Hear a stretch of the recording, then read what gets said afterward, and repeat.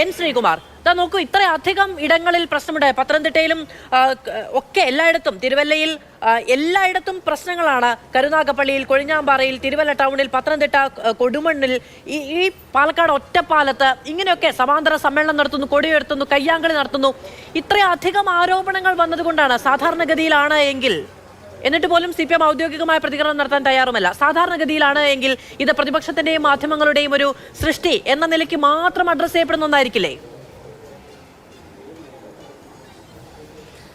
നോക്കൂ മാധു, ഇപ്പോഴും അവർ പറയുന്നത് അങ്ങനെ തന്നെയാണല്ലോ.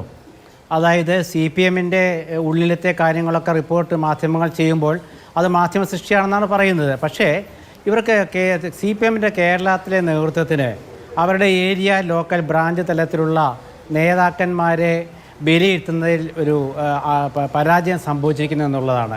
കാരണം സാധാരണ രീതിയിൽ പാർട്ടിയുടെ സമ്മേളനങ്ങൾ നടക്കുമ്പോൾ ആ സമ്മേളനങ്ങളെ സംസ്ഥാന നേതാക്കൾ വന്ന് കാര്യങ്ങൾ അവതരിപ്പിക്കും. അപ്പോൾ അവതരിപ്പിക്കുന്ന കാര്യങ്ങൾ പിന്നീട് നടപ്പാക്കാത്തൊരവസ്ഥയാണ് ഇപ്പോൾ പാർട്ടിക്കുള്ളത്. അപ്പോൾ നിങ്ങൾ നോക്കൂ, വടക്ക് ഭാഗത്ത് വലിയ കുഴപ്പം കാണുന്നില്ലല്ലോ. കാരണം പാർട്ടിയുടെ നേതാക്കളെല്ലാം കണ്ണൂരിൽ ഒതുങ്ങിയിരിക്കുകയാണ്. തെക്ക് ആരാണ് നയിക്കുന്നത് പാർട്ടിയെ? അതായത് പാർട്ടിയെ നയിക്കാൻ പറ്റിയ ഒരു നേതാവ് തെക്കു ഭാഗത്ത് CPM ഇല്ലാതെ വന്നിരിക്കുന്നു. അതിൻ്റെ ഒരു ദോഷം അവർ അനുഭവിക്കുകയാണ്.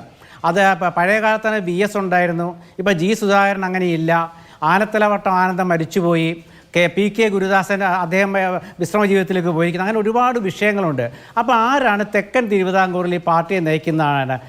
അവിടെയാണല്ലോ കൂടുതൽ കുഴപ്പം വരുന്നത്. ആലപ്പുഴ ജില്ലയിലും കരുനാഗപ്പള്ളി, ആലപ്പുഴ ലോക്സഭാ മണ്ഡലത്തിൽ പെട്ടതാണ്. കൊല്ലം ജില്ലയിൽ ഇപ്പോൾ തിരുവനന്തപുരത്തേക്കും കടക്കുന്നു. ആനാവൂർ നാഗപ്പനെ പാർട്ടി മാറ്റിയ ശേഷം അന്ന് V ജോയിയെ സെക്രട്ടറി ആക്കുമ്പോൾ തന്നെ അത് കടകംപള്ളി വിഭാഗത്തിനൊരു എതിർപ്പുണ്ടെന്നൊരു ഇത് വന്നിരുന്നു. അത് തിരുവനന്തപുരത്തെ കാര്യം ഞാൻ ഒതുക്കുന്നില്ല. പക്ഷേ കേരളത്തിൽ ഇന്ന് ഈ പാർട്ടി അനുഭവിക്കുന്ന ദുരന്തത്തിന് കാരണം തുടർ ഭരണത്തിൽ പാർട്ടി അവരുടെ നയങ്ങളും പരിപാടികളൊക്കെ മാറ്റിമറിച്ചു എന്നുള്ളതുകൊണ്ടാണ്.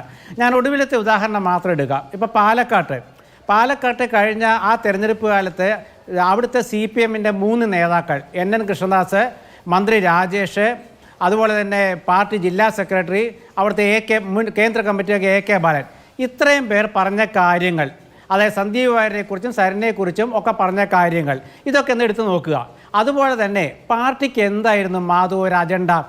ഈ തെരഞ്ഞെടുപ്പ് കാലത്ത് പാർട്ടിയുടെ വിഷയം എന്തായിരുന്നു? അവരാദ്യം പാലക്കാട് കൊണ്ടുവന്ന എന്താണ്? ഒരു ഡീലിനെ കുറിച്ചല്ലേ കൊണ്ടുവന്നത്.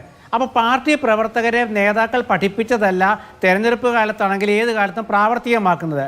അപ്പോൾ അധികാര രാഷ്ട്രീയത്തിൽ പിടിച്ചു നിൽക്കാനുള്ള അത്യാർത്ഥ്യം മൂലം പാർട്ടി എന്ത് ചെയ്തു? പ്രാദേശിക ഘടകങ്ങളെ വിലക്കെടുത്തില്ല, അവരെ മറന്നു, അവരെ വിശ്വാസത്തിലെടുത്തില്ല. ഇതൊക്കെ ഇങ്ങനെ പോകും എന്നാൽ ധരിച്ചു. പക്ഷേ കൊഴിഞ്ഞാമ്പാറയിൽ അതിന് തുടക്കമിട്ട്. എന്താ അവിടുത്തെ തുടക്കത്തിന്റെ പ്രത്യേകതയുണ്ട് മാധു.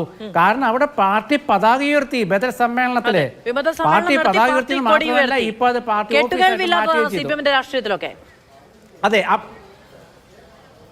അതെ. അപ്പം അങ്ങനെ വരുമ്പോൾ ഇത് നമ്മുടെ ഈ മാധ്യമങ്ങളുടെ ഒരു ലോകം ഇന്ന് മാറിപ്പോയല്ലോ. സോഷ്യൽ മീഡിയ ഉണ്ട്, TV ചാനൽ യുഗമാണ്.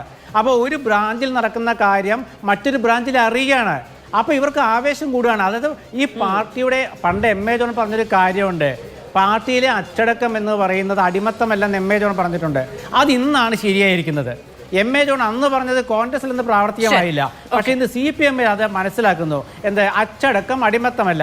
അതുകൊണ്ട് ഒറ്റ കാര്യം കൂടെ പറയാം. അതുകൊണ്ടാണ് ഇപ്പോൾ കരുനാഗപ്പള്ളി നിങ്ങൾ നോക്കൂ, പാർട്ടിയിലെ ഏരിയയിലത്തെ വനിതാ നേതാക്കൾ മാർച്ച് നടത്തിയത് എങ്ങോട്ടാണ്?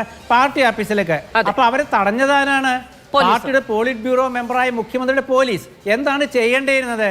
പാർട്ടിയുടെ ആ ഏരിയ കമ്മിറ്റി അംഗങ്ങളെ പാർട്ടി ഓഫീസിലേക്ക് വിളിച്ചു വരുത്തി ചർച്ച ചെയ്യുന്നതിന് പകരം കോൺഗ്രസ്സുകാരെ കയ്യാങ്കളിയിലേക്ക് പോവുകയും ഒക്കെ ചെയ്യുന്ന സാഹചര്യമാണ് ഉണ്ടായത്.